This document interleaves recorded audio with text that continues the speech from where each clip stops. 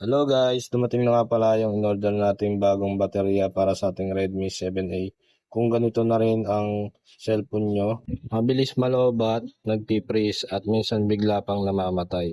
Kaya nag-order ako nitong BN49 battery replacement para sa Redmi 7A. Compatible sa Redmi 7A, may kasamang tools kung i-add nyo sa variation, ang palit sa luma at mahinang battery. Kung pareho tayo ng problema sa phone, baka ito na ang kailangan mo.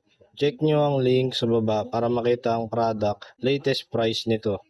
Dito guys, sinimulan na nating ikabit ang ating bagong battery at siguraduhin nyo lang na lapat yung socket niya dyan para makonect natin na maayos yung bagong baterya. Pagkatapos natin ikabit yung baterya, ito naman ay susunod natin yung LCD niya saka yung kanyang connection pa. After natin makabit yung bagong baterya, binuksan na natin yung cellphone. So bumukas na siya guys. Binabalik na natin yung cover niya kasi goods na yung ating cellphone. Nagbukas na siya. So ayan guys.